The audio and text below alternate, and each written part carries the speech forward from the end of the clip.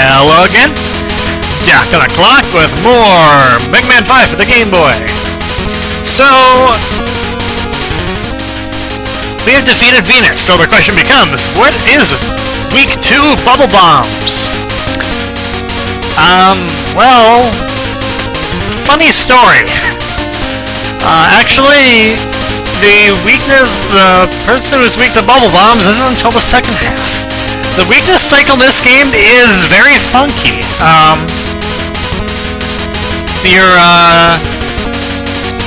Your first four don't actually follow a specific pattern.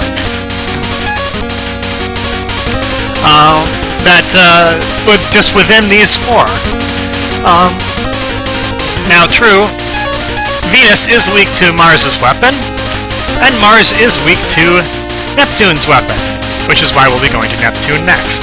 But none of them is weak to Mercury's weapon, and none is weak to Venus's weapon. Those are both in the second half, so it's kind of a strange thing. Very much unlike the other Mega Man games. But, oh well, Neptune is not too bad. So these little guys are kind of metish, except they'll tend to fire more when they're down. These guys, on the other hand, are just annoying as heck and better off dealt with from afar. One of the nice things about the Mega Arm is that you're not necessarily limited to the forward strike. Sometimes the hand will hit as it comes back as well. Helps keep things simple. So, I guess the Bubble Bomb does come in handy on occasion for some of these airborne enemies. It also has a lot of ammo, which is also helpful.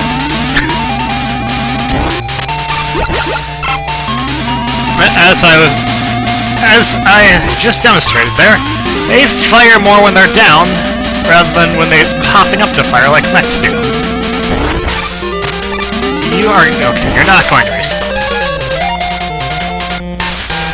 Bubble Bomb is even more handy for this one because he's a little bit higher up. It really only takes 3 bombs, which is better than trying to hit him with a buster. It's still an awkward weapon to use, though. There's not a lot of enemies that you're going to be able to use it well against. Like those guys, you'd think because they fly, they'd be perfect targets, but they're actually they kind of dive bomb you, so if you're close enough to hit them on the first pass, they're probably going to blow up into your face. Whoa! I always forget how hard that pushes you. Oh, Mega Man, what are you doing? You're destroying the whole place! Yeah, there's a couple places where you can open up water streams or steam vents, if you're not careful. You can also do it if you are careful, if that's just what you're into. And I destroyed that guy 3 times, and he left prizes for me twice.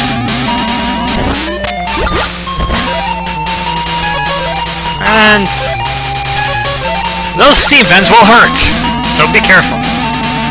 They are very much like the ones in Wave Man's stage. Except they like to trick you about their timing.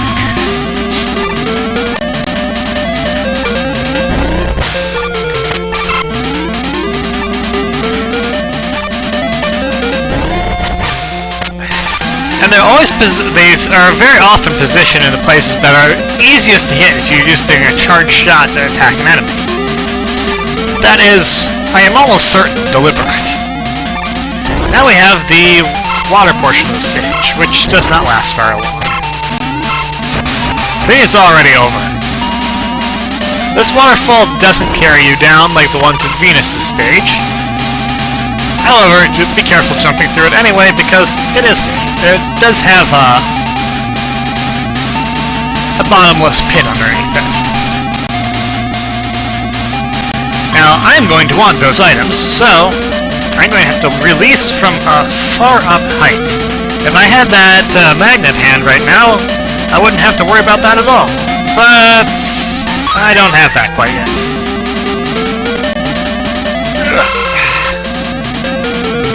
Now the question is, can I jump onto the ladder from here? I can! Success! Huzzah! Wait, that's not my... That's someone else's catchphrase. I can't use that. Not even accidentally.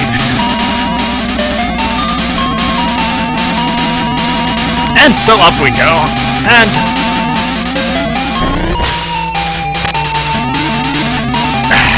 hopefully getting through those safely. Oh hey, more water. And another really scary slide. I do not like these. There are, yeah, because it's a water area, there are contractually obligated spikes. And Mega Man's movement physics do not make this very easy or fun.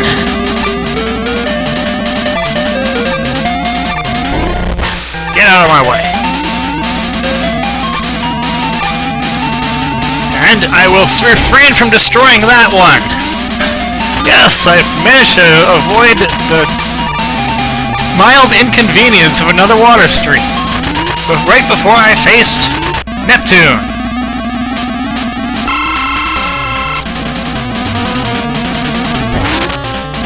Neptune will always jump 3 times across the screen and then do one of 2 attacks.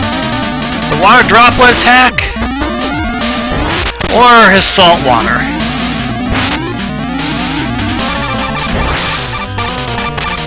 The water droplet attack is kind of tricky to judge because it changes your footing, but it doesn't do a ton of damage. Neither does salt water, for that matter. Neptune is kind of a pushover, really.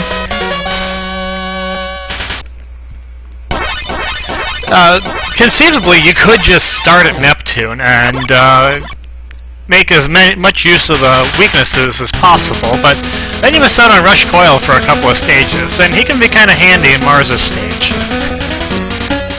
Which we're going to next, so you'll see what I mean. For defeating Neptune, we get Salt Water. Kind of a lackluster weapon. It fires at an arc. It's not especially strong. It does split up into 3 shots if it hits a wall, but, I mean, those shots aren't strong either, so... It's really not a very useful weapon. Even less useful than the Bubble Bomb, which is at least reasonably powerful, if awkward.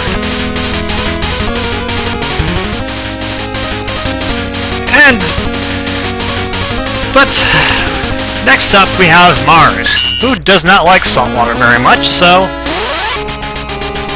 we'll be using that to take him down. I guess it makes him rust. But you'd think that the alien metal they were made out of wouldn't rust. Well, you'd think a lot of things.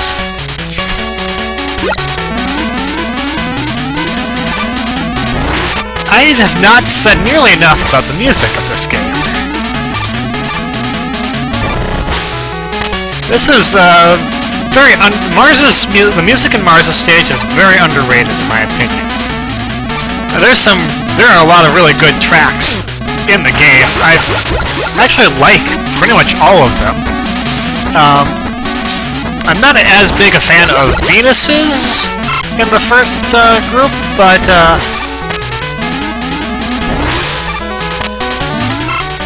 Neptune's is pretty cool, and this one is way underrated.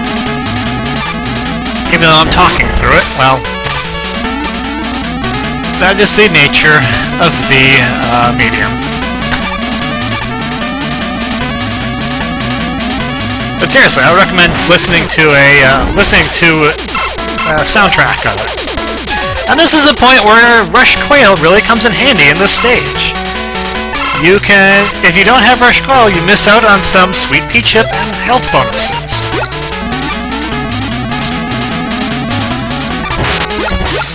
And once again, now you see what I mean. You know I wasn't just lying to you. That is a good reason to do Venus first. And Venus isn't horrifically difficult with the Buster. Actually, arguably, there's reasons it is more difficult with his weakness, which I will demonstrate hopefully later. Now, why anyone would want to slide into that gap is beyond me. There's nothing in there, and it's just more dangerous than necessary.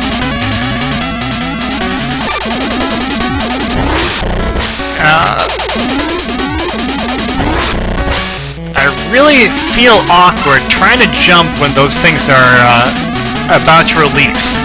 I mean, they're not super fast in their releases, but it'll feel like my jump is kind of weird on them.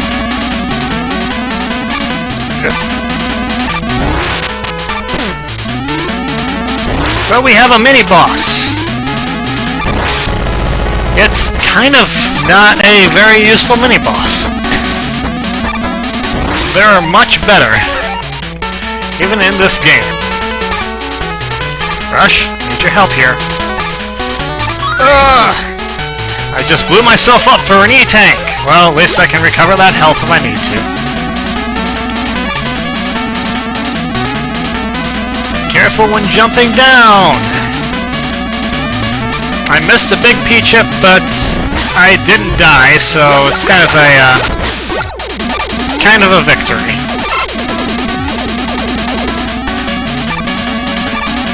That's probably the most dangerous jump in the game. And we have the bingo rollers. Why do I call them bingo rollers? Because they roll like bingo things. Don't look at me like that. I'm just... I used to have a bingo game that rolled just like that. Anyway. They're kind of irritating, but not too strong. It's just that they're invincible while they're rolling, so they can do kind of a bit of damage to you. The turtles are a hardy sort, but they're not too bad. Here's a place where the magnet hand could really kind of come in handy. I'm going to try and rush coil my way up in there, though. Ha! Success! But this is only one tile wide, is not nearly as dangerous a slide. But you can avoid it entirely if you have the magnet hand.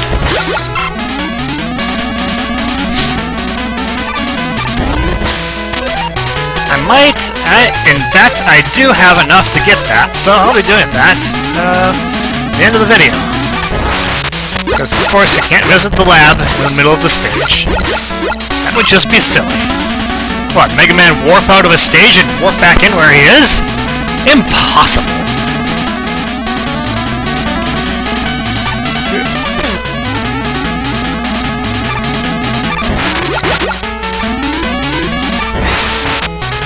Yeah, this guy is not very threatening at all. He'd be much more of a danger if his shots went through those platforms.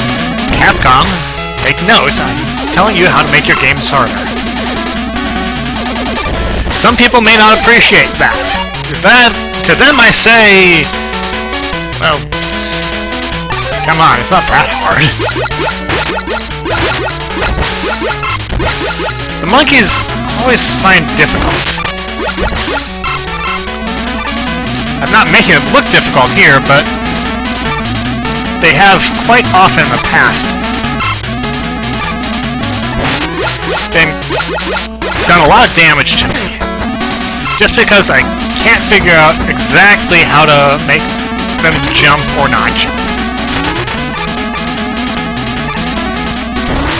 Alright, well, considering my health situation, I'm going to use an E-tank probably very quickly here.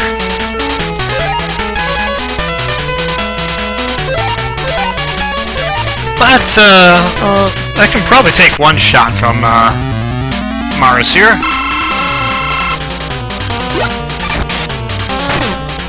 And one shot is about all I can take. As you can tell, salt water does a fair bit to him. It's also pretty expensive. However, you want to kind of switch back here because he fires a rapid-fire shot that you can destroy. It's probably better than trying to dodge it because you're not going to be able to jump over all of them.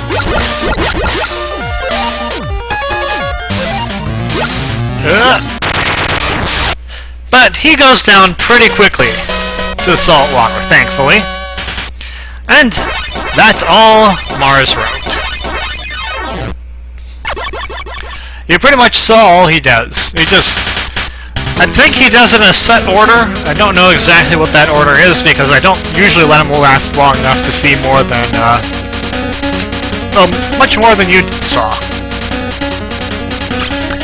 For defeating Mars, we get the photon missile. A photon torpedo, maybe. No, it's a missile. It's reasonably powerful. Ammo is okay. The problem is that delay at the firing, which kind of makes it a little difficult to use against a lot of enemies. Unless you've got an enemy that isn't moving around very much, it's gonna have some aiming issues. But, Dr. Light, I'm back from your shopping trip, and I'm getting this. Make my life much easier. And I am finished, both with the shop and with this video. That's all from me for now. Until next time, this is Doc. I'll see you later.